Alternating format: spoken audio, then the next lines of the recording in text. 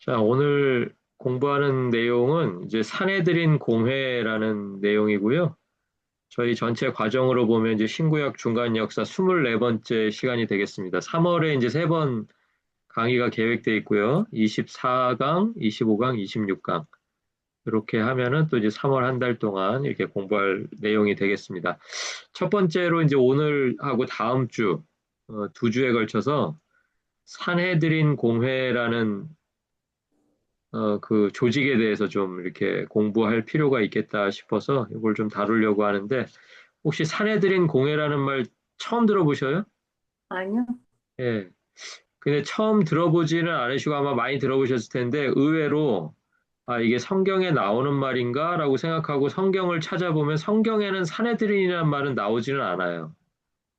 예, 그런데 이게 사내들이라는 말이 한글 성경에는 나오지 않지만 헬라어로, 그러니까 한국말로는 이제 공회라고 돼 있잖아요. 공회.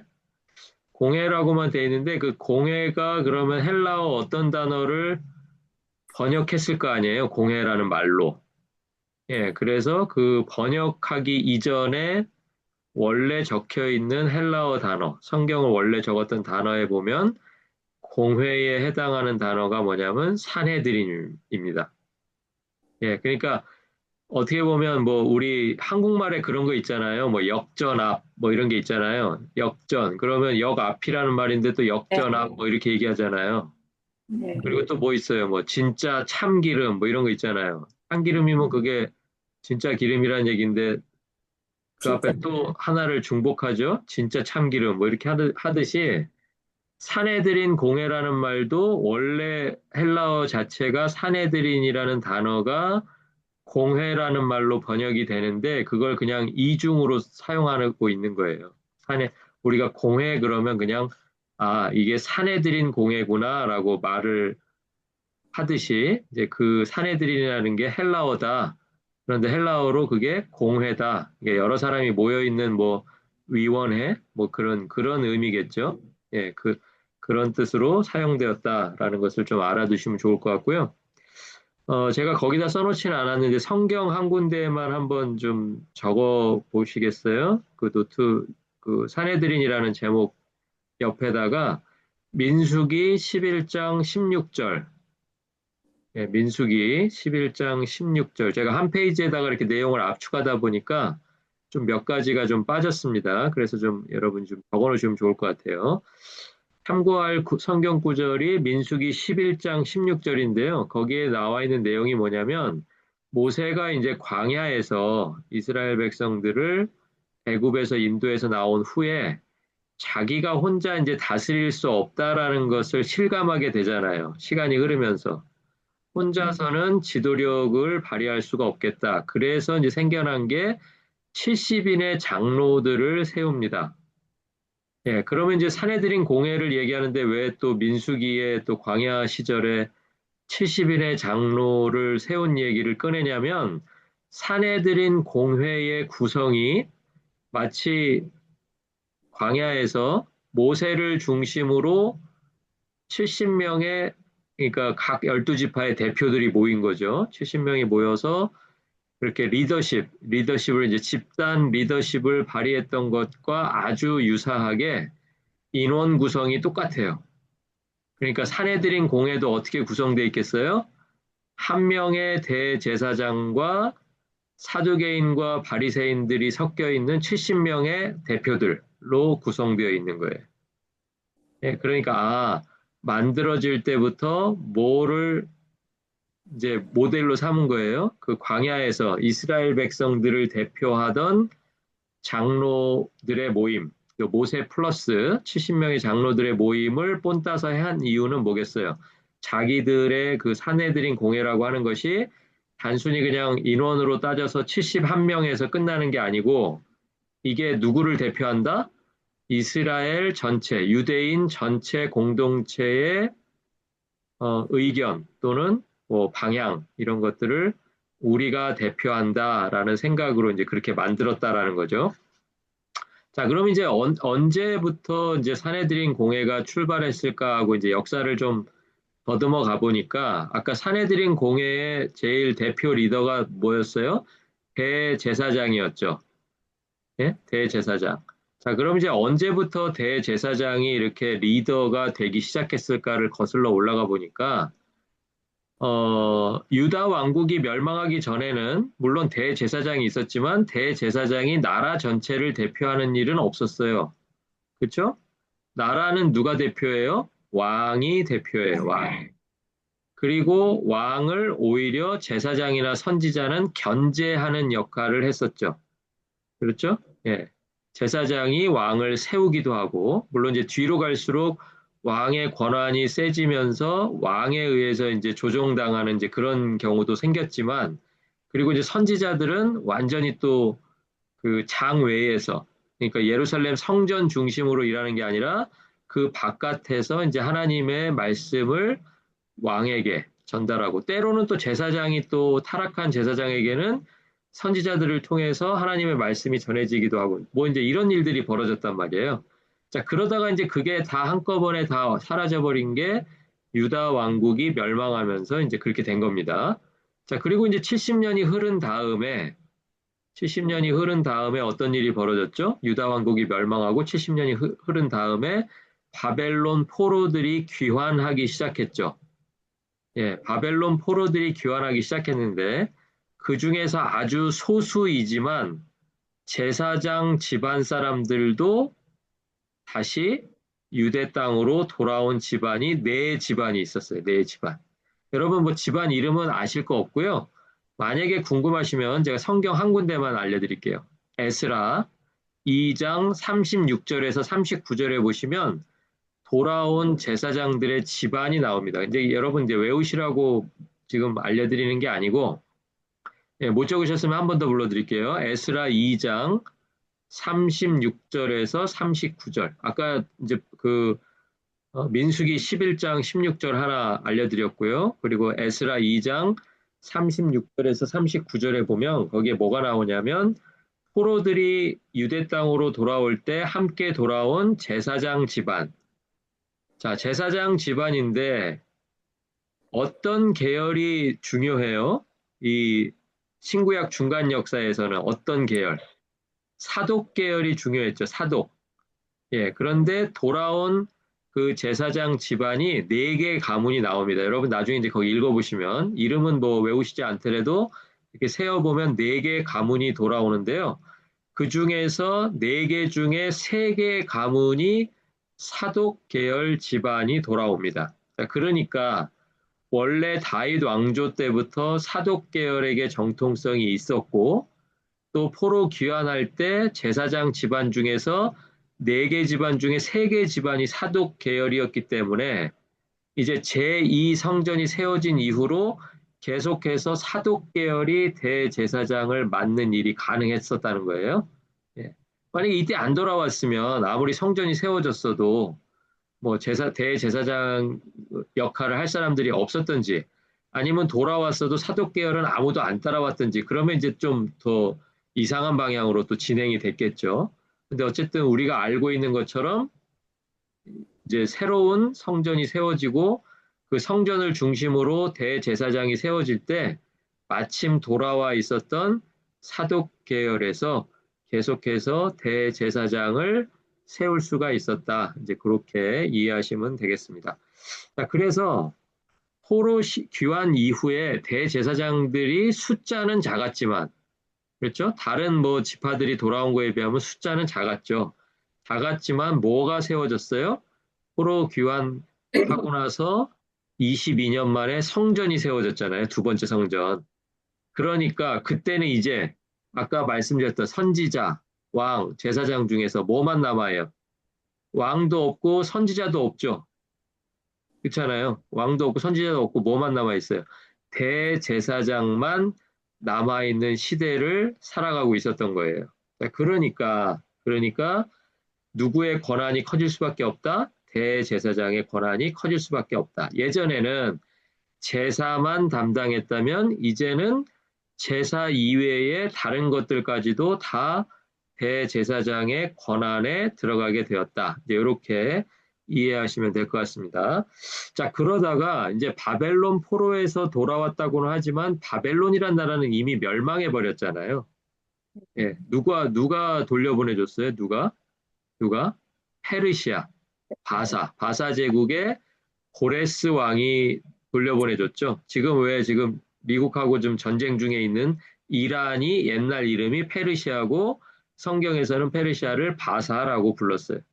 그 바사를 세웠던 고레스 대왕이 돌려보내줬어요. 그런데 바사도 오래 가지 못했죠.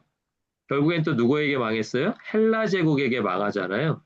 예, 결국은 그래서 유다가 헬라 제국의 통치를 받기 시작하면서부터는 이제 헬라 제국이라 그러면 더 구체적으로는 그리스거든요. 그리스로부터 시작한 헬레니즘, 마케도니아, 그리스 뭐 이런 지역이에요. 자, 그래서 이제 그리스 지역에서는 거기 제가 써놨는데 게루시아라고 읽습니다. 게루시아라고 읽는 그 원로회가 있었어요. 이것도 뭐냐면 리더들인데 특별히 이제 나이가 많은 이제 리더십들이 그 그리스의 이제 정치나 뭐 군사나 뭐 경제나 뭐 이런 것들을 다 이제 결정하는 그런 모임이 있어서 유대 사회도 그 헬레니즘의 영향을 받아서 그 그리스식 원로회를 따라갔다. 그러니까 이제 대제사장 옆에 있던 이제 제사장 가문에서 이 사람 저 사람이 막 이렇게 같이 세력을 규합해 나가면서 종교 엘리트 집단이 이를 주도해 나갔다. 이제 다른 리더십은 없는 거예요. 이제 왕을 세울 수는 없잖아요. 왜냐하면 남의 나라의 지배를 받고 있는데 왕을 자꾸 세우려고 그러면 문제가 생기죠. 예. 지배하는 나라의 입장에서는 이게 반역이잖아요. 예, 그래서 자꾸 군사를 보내서 진압하고 하는 이런 일이 벌어지기 때문에 이제 그런 방법보다는 이제 허용된 범위 내에서 이제 성전 중심으로 생활하는 것은 허락을 받았으니까요.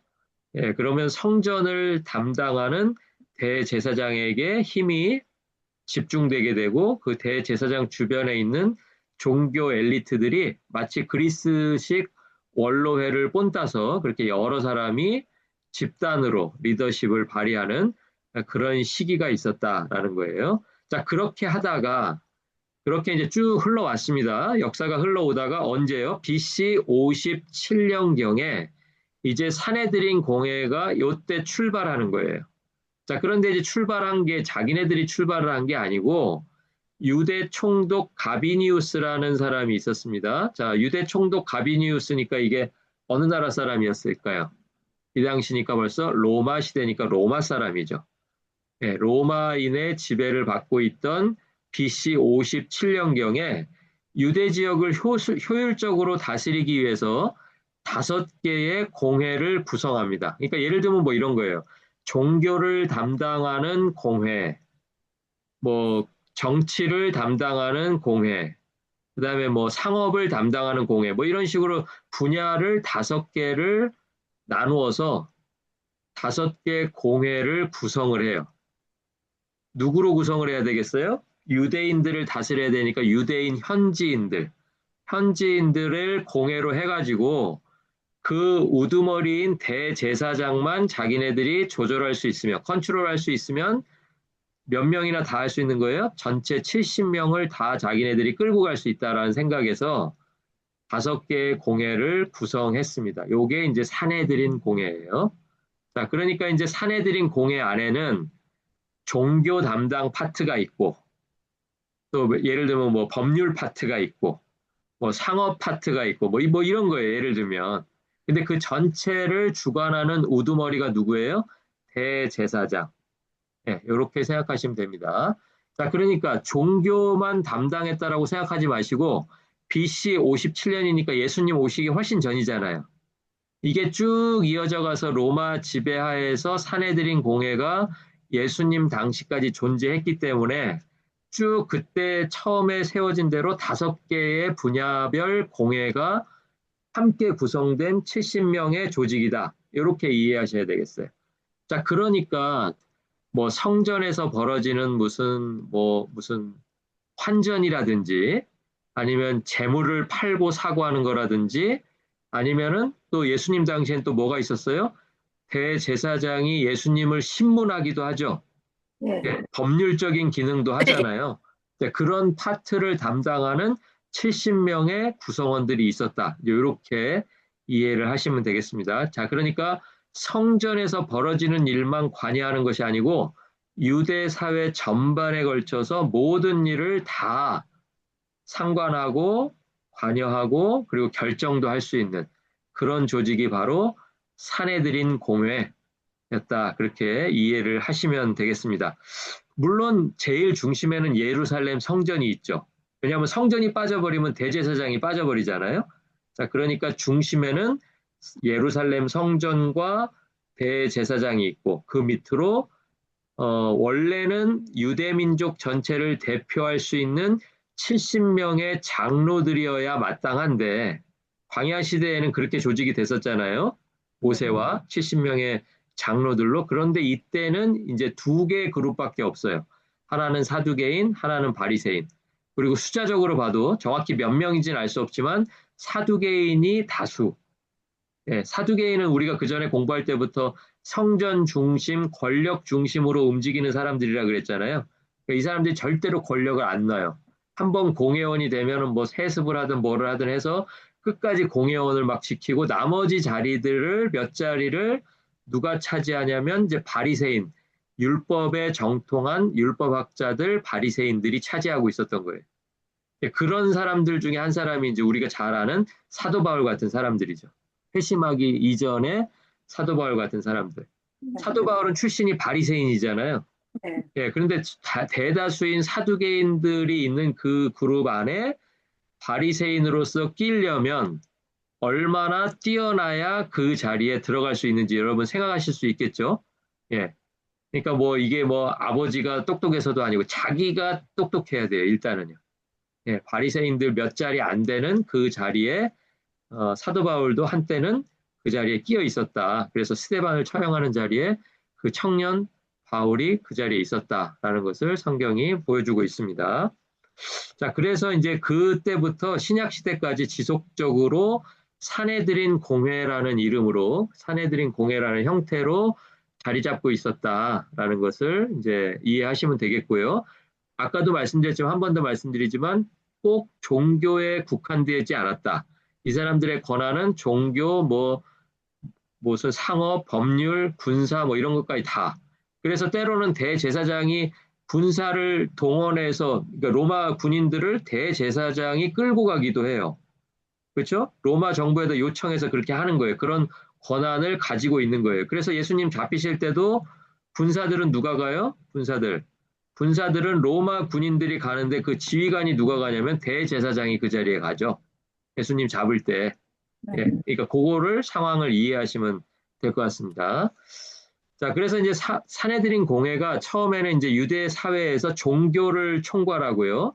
그 다음에 법률적인 거, 이런 걸 총괄하는 최고 기구였다가 시간이 점점 흐를수록 점점 이 사람들이 이제 자기들의 권력을 추구하는 기구로 전락한 거예요. 그러니까 이게 무슨 말이냐면 예전에 벌써 여러 번 설명을 드렸지만 대제사장 자리가 중요하잖아요.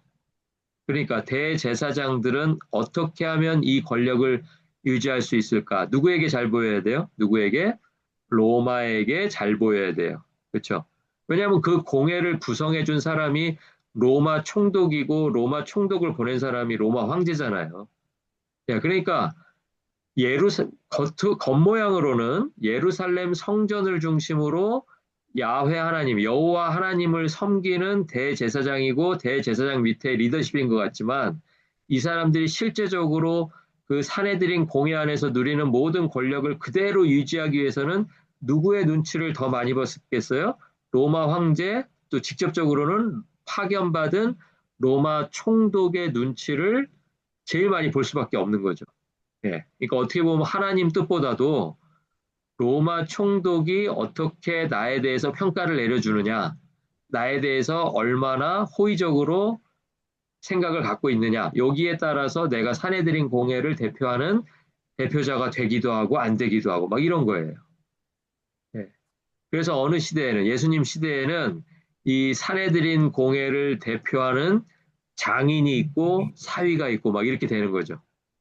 예, 사위가 그 대제사장직에 올라갔음에도 불구하고 장인이 그 권력을 놓지 못해요.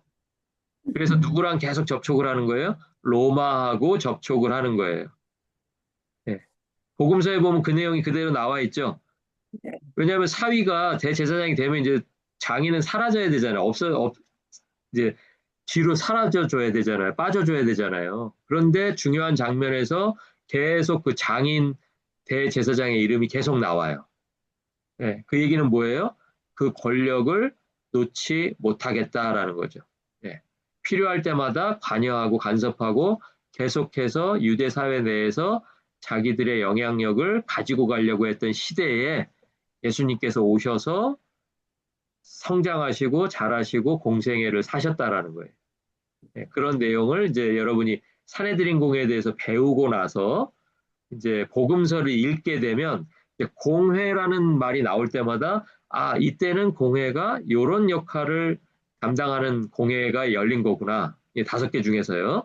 아, 요때는 또 이런 뭐 헌금에 관련된 일을 공회가 이렇게 개입해가지고 이거를 관여하고 예수님이 그것을 청소하려고 하시는 거구나.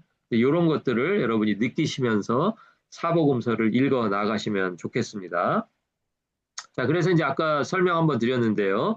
대제사장이 공회 의장을 맡습니다. 자, 그리고 나머지 이제 70명의 인원인데 다수의 사두개인, 뭐 정확하게 인원 배분까지는 나와 있지 않습니다. 그렇지만 대다수가 사두개인이고 소수의 바리새인, 그리고 바리새인들이 특별히 율법에 뛰어난 율법학자들, 예, 그렇게 이해하시면 되겠습니다. 자, 그리고 이제 예수님 당시에 이제 로마가 관용 정책을 좀 베풀고 있던 시기에 이제 예수님이 공생애를 펼치셨어요. 자, 그런데 이 로마가 관용 정책을 펼쳤던 가장 큰 이유가 뭐냐면 세금을 원활하게 걷기 위해서예요. 사람들을 막 괴롭히면서 막 죽이면서 세금 거두려고 그러면 힘들잖아요. 협조를 안 할 거 아니에요. 막 게릴라들이 뭐 이렇게 곳곳에서 이렇게 정부에 대해서 반대하는 뭐 그런 입장에 있을 거 아니에요. 자, 그러니까 로마가 관용 정책을 베풀어 주면서 세금을 걷어야 되는데 이 세금 걷는 일을 누구에게 맡겼냐면 산헤드린 공회에다가 맡긴 거예요.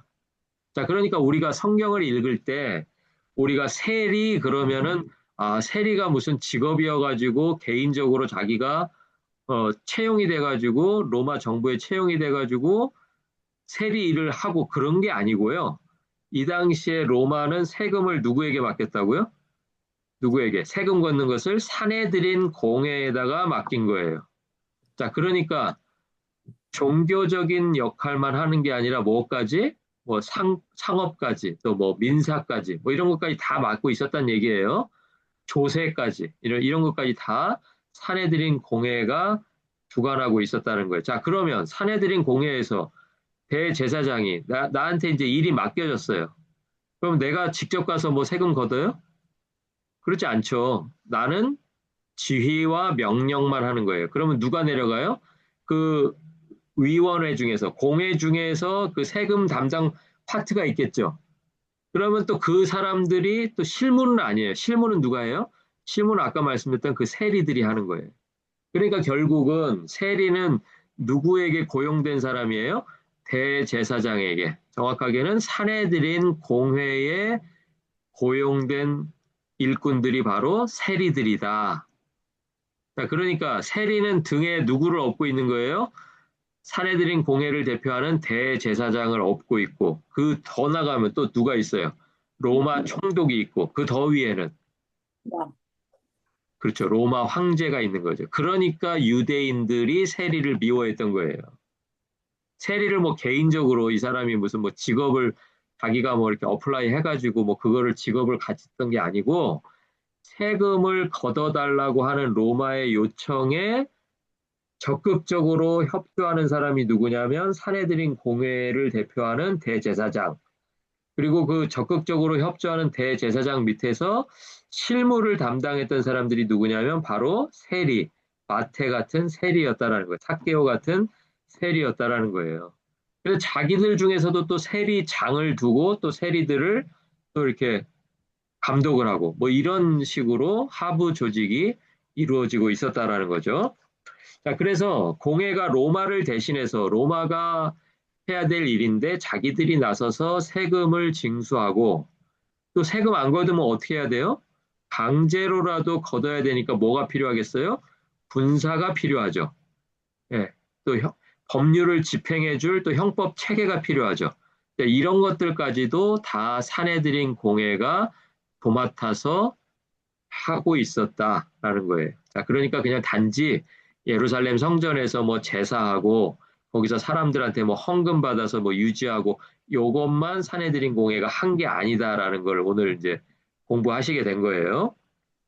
자, 그래서 질서 유지하는 역할, 누가 뭐 세금 안 내겠다고 버티면 군사 협조 받아가지고 파견해가지고 어떻게든 세금을 받아내는 일까지 사내들인 공회가 담당하고 있었다. 자, 그러니까 이 사람들에게 예루살렘 성전이 어떤 의미였겠느냐라는 거예요. 이제 더 이상 하나님을 신실하게 섬기고 뭐 하나님 앞으로 나아가고 하나님 앞에 기도하고 이런 게 중요한 게 아니라 자기들이 가지고 있는 이 권력을 계속해서 유지하게 해주려면 로마에게 뭐 잘 보여야 될 거 아니에요? 근데 잘 보이는데 뭐 그냥 뭐 세수만 깨끗하게 하고 가면 잘 보이는 게 아니잖아요. 어떻게 잘 보여야 돼요?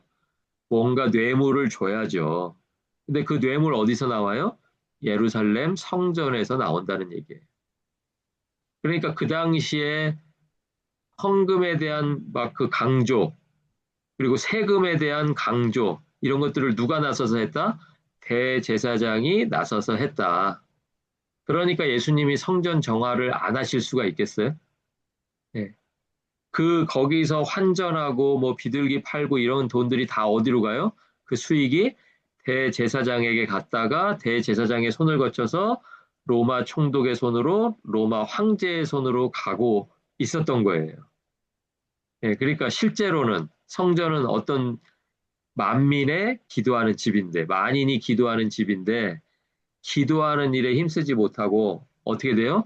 자기 권력을 유지하는 그냥 하나의 사업장에 불과했다. 예수님이 그렇게 보셨다라는 거죠. 그래서 그 강도의 소굴을 완전히 뒤집어 엎으셨다. 기도하는 집이라고 선포하셨다. 그 내용이 이제 성전 정화의 내용입니다.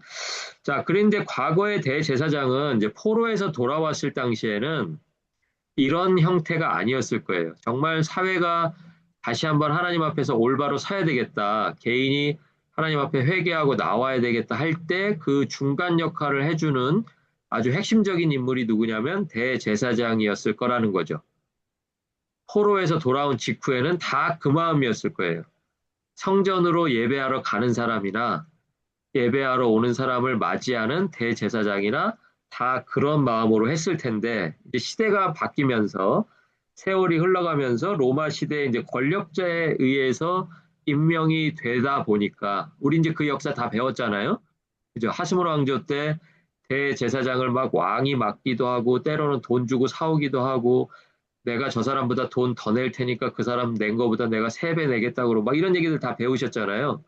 자, 그런 시대를 거치고 이제 예수님 시대가 돼버리니까 이미 대제사장들은 로마라는 권력의 어떻게 보면 이렇게 하수인들, 그리고 그 종교 귀족들을 대변하는 종교 귀족들과 같이 이익을 대변하는 아주 그냥 보수적인 집단, 자기들이 가지고 있는 권력을 어떻게든 어떤 대가를 치르더라도 유지하려고 하는 그런 사람들이 다 되어 버렸었다라는 거예요.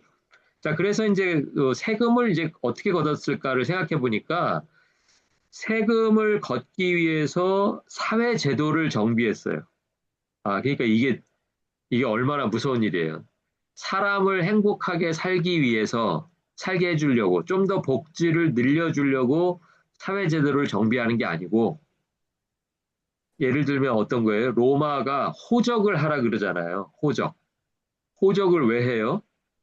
아, 이름도 없이 그냥 살아가면 불쌍하니까 호적을 해주는 게 아니고 한 사람이라도 남김없이 세금을 거두는 대상으로 확인하고 확인받으려고 호적을 하는 거예요. 그렇죠? 예, 마치 그렇듯이 이 대제사장들이 사회를 정비하는데, 제도를 정비하는데 세금을 어떻게 하면 하나도 빠뜨리지 않고 다 걷어서 많이 그 그렇지. 중에 일부는 또 우리가 좀 챙기고 또 로마가 요구하는 액수는 채워서 보내고 거기다 또 뇌물 좀 얹어서 보내면 앞으로도 우리는 계속해서 사내들인 공회에 이 공회원 자격을 유지할 수 있고 뭐 이런 식으로 움직여 나갔다라는 거예요. 자, 그래서 이제 사내들인 공회에서 정한 그 제도를 잠깐 우리가 이제 살펴볼 수가 있는데요. 토지에서 나오는 것은 무엇이든지, 뭐 토지에다가 뭐 포도를 심든 밀을 심든 보리를 심든 뭐를 심든지 나오는 것의 4분의 1을 내야 된다라고 법률을 자기들이 정해버린 거예요. 이게 너무 많죠? 너무 많잖아요. 뭐가 나오든 4분의 1을 무조건 사내들인 공회에다 내라 그러면 이게 너무 많잖아요. 예, 너무 많은데, 야, 요것만 해도 뭐, 요즘에 그래도 뭐, 우리도 텍스도 뭐 한 25% 내지 않나? 생각해보면 이게 뭐 그렇게 많지 않다고 생각하실 수도 있는데, 또 보세요. 이것만 있는 게 아니라 인두세라는 게 또 있어요. 인두세는 뭐냐면 한 사람당 그냥 개인에게 붙는 인두, 한 사람당 붙는 세금이에요. 그러니까 이 집안에 10명이다 그러면 이제 한 명인 사람에 비해서 10배의 세금을 걷는 거예요. 사람 수당, 두 당으로 걷는 거예요. 자, 그거 말고 또 뭐가 있냐면 성전세라는 게 또 1%가 있어요. 성전세. 성전세는 여러분 좀 익숙하시죠? 성전에 내는 세겔. 네, 그래가지고 베드로가 우리는 세겔이 없어서 이게 못 낸다 그러니까 그 물고기를 하나 잡으면 그 물고기 입에 두, 한 세겔이 있을 거니까 반 세겔은 너를 위해서 내고 반 세겔은 나를 위해서 내라. 이런 대목이 나오잖아요. 예. 그 성전세가 또 1%예요. 그리고 성전세는 성전세대로 거두면서 종교세라는 게 있었어요. 이 종교세는 뭐냐면 유대 사회니까 이 사람들 당연히 종교 뭐예요? 유대교잖아요, 유대교. 유대교인들은 전부 다 소득의 10%를 내야 된다. 이렇게 정해버린 거예요. 자, 그러니까 뭐 안 낼 사람이 몇 사람 되지도 않아요. 뭐 유대 사회에 들어와 있는 뭐 이방인들 뭐 퍼센트를 따지면 얼마나 되겠어요? 다 대부분 다 유대인일 거 아니에요. 예, 유대인들은 다 종교세로 10%, 종교세, 유대교니까 10%를 내야 된다. 이거 다 합치면은 인도세 몇 퍼센트인지 빼고라도 이게 벌써 한 36%나 되잖아요. 예. 그러니까 이렇게 사회 제도를 정비해 가면서 세금을 걷어서 자기 권력을 유지했다. 그게 바로 사내들인 공회, 대제사장을 중심으로 한 공회였다라는 거 여러분에게 좀 한 번 더 확인해 드립니다. 그래서 이렇게 중복적인 세금 체계가 당시 유대인들에게 엄청난 부담이 되었습니다. 자, 그런데 사내들인 공회가 한 일이 여기서 끝나지 않고요. 정해진 기간 내에 만약에 빚을 갚지 못할 경우에는 벌금도 부과하고 토지도 몰수하고 노예로 전락시키는 법도 만들어 버린 거예요. 그러니까 이게 이제 완전히 이제 하나님의 그 율법하고는 반대 방향으로 막 가기 시작한 거죠. 처음에는 뭐 성전에서 예배도 드리고 격가지로 이제 뭐 또 밖에서 일도 보고 뭐 이런 줄 알았는데 이제는 뭐가 이제 더 주가 돼 버렸어요. 예, 이런 이제 세금 거들어 다니고 사람들 사이에다가 이제 법률 정해가지고 사람들 노예로 전락시키고 토지 뺏고 한 이런 일에 이제 더 열과 성을 다하게 이제 그렇게 되어버린 거죠. 자, 율법에서는 뭐라고 이야기하자면 하나님 율법에서는 희년이 되면 모든 노예들을 자기 아버지 집으로 돌려보내라라고 하는 대목이 있었죠. 이런 것까지도 오히려 어겨가면서 희년의 정신까지도 반대로 행하는 그런 일까지 행하고 있었다. 자, 공회가요. 제도를 또 하나 만들었는데요. 지금 이름이 좀 어려운데 그래서 제가 거기 써놨습니다. 넷째 줄에 프로스불이라는 제도가 있어요. 프로스불. 예. 이게 뭐 영어는 아닌데 이제 영어로 거기다 써놨는데 프로스불이라는 제도가 뭐냐면 희년이 되면 원래 다 되돌려 보내야 된다고 율법에 써 있잖아요. 토지도 그렇고 사람도 그렇고 원주인에게. 그러니까 토지를 예를 들어서 자기가 어려우면 뭐 어려워서 이게 팔 수도 있고 뭐 이렇게 하다가 빚을 갚아야 가져오는데 못 가져올 때가 있잖아요. 자, 그렇더라도 희년이 되면 희년이니까 몇 년이에요? 50년째가 되면 50년째. 예. 7번의 안식년이 지나가는 그 다음에 50년째가 되면 어떤 일이 벌어지냐면 각자 처음에 분배받았던 그 땅 있죠. 맨 처음에 가나안 땅에 들어올 때 분배받았던 땅이 있을 거 아니에요. 유대인들이 네. 원 주인에게로 다 되돌려 주는 거예요. 요게 희년이에요. 자, 그러니까 희년이 다가오면 돈을 빌리고 싶어도 돈을 빌려주겠어요? 안 빌려주겠어요? 안 안 빌려주죠. 빌려주겠죠. 왜요? 이제 만약에 내년이 희년이다 그러면 이 사람한테 빌려주고 만약에 못 갚아도 어떻게 해야 돼요? 그 담보로 가지고 있던 땅을 그 주인에게 되돌려 줘야 되는 거예요. 그러니까 이 사람은 뭐 안 갚으려고 안 갚은 게 아니라 어려워서 못 갚는 거잖아요. 어려우니까 돈도 빌리려고 할 거 아니에요. 그러니까 희년이 가까우면 뭐 희년 1년 전, 2년 전, 3년 전 이렇게 되면 아예 어려운 사람들에게는 다음. 빌려주지도 않는 거예요. 예. 이러니까 이 채권자들이 대출을 꺼리는 현상을 막기 위해서 머리를 반대로 쓴 거예요. 야, 너희들 그러지 말고 빌려줘라라고 해도 모자랄 판인데 오히려 가지고 있는 사람 편에서, 그러니까 권력을 가지고 있는 사람 편에서 머리를 써가지고 어떻게 쓴 거냐면 채무자들에게 희년 후가 되더라도 희년이 오더라도 내가 희년 전에 빌렸던 것에 대해서는 전부 다 갚겠다라고 각서를 쓰는 법. 그게 바로 프로스불 법이라는 거예요. 이게 이 없는 법을 만들어낸 거죠. 자, 그러니까 부자들 입장에서는 자기들이 손해볼 게 없어요. 그렇죠?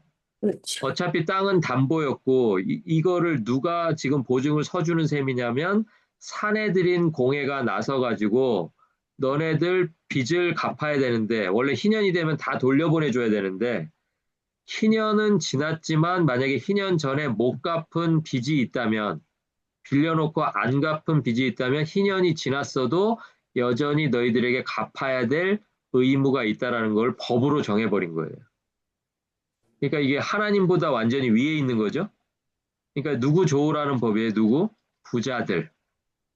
그래서 부자들이 이제 희년 상관도 안 하고 어차피 희년 뒤에도 갚아야 되고 못 갚으면 그 사람 노예를 삼아도 되고 토지 뺏어도 되고 하는 법을 이미 다 사내들인 공회가 만들어 줬기 때문에 아무 부담 없이 그냥 막 고리로 빌려주는 거예요.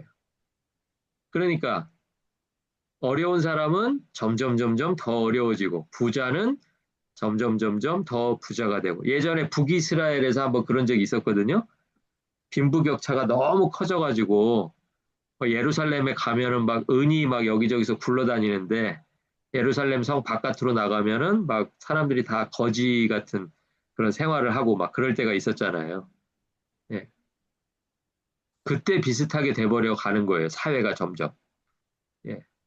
많이 가지고 있는 사람은 이제 사내들인 공회가 점점 더 길을 열어주니까 마음껏 빌려주고 못 갚으면 그 사람이 가지고 있는 토지 다 몰수하고 그 사람도 노예로 삼고 뭐 이런 법들을 사내들인 공회가 만들어 나갔었다라는 거예요. 그래서 그 프로스불 제도 굉장히 좀 의미가 있기 때문에 한번 소개를 해 드려봤습니다. 자, 그러니까 율법에서 안식년을 정해놨는데도 그 안식년의 정신을 완전히 위배해 가면서 그렇게 권력을 서로 주고받고 권력 안에서 서로 유지를 하려고 했던 그런 모습이 사내들인 공회의 모습이었다는 거죠. 그리고 이제 일상에서 쓰는 화폐를 쓰지 않고 성전 안에서만 쓰는 세겔이라는 화폐를 만들었어요.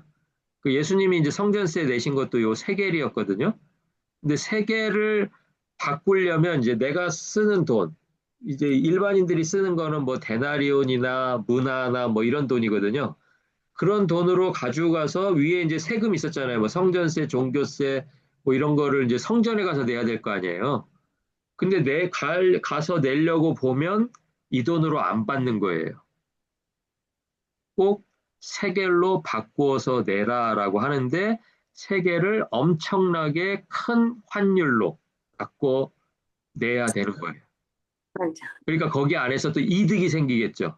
예, 그렇죠. 원래 그냥 가지고 있는 돈으로 데나리온이면 뭐 하루 버는 게 데나리온이면 그걸로 전체 계산해서 뭐 1%를 그걸로 내면 끝인데 세겔로 꼭 바꾸어 내야 된다라고 정해놓고 그 환율을 자기네들 마음대로 예, 뭐 지금으로 따지면은 뭐 1달러에 뭐 1,500원 하려면 1,500원 하고 2,000원 하려면 2,000원 하고 뭐 이런 식으로 자기들 마음대로 정해놓고 그 차이에 따른 이익을 누가 가져가요? 또 이 사내들인 공회, 또 공회를 대표하는 대제사장이 또 그걸 가져가는 거예요.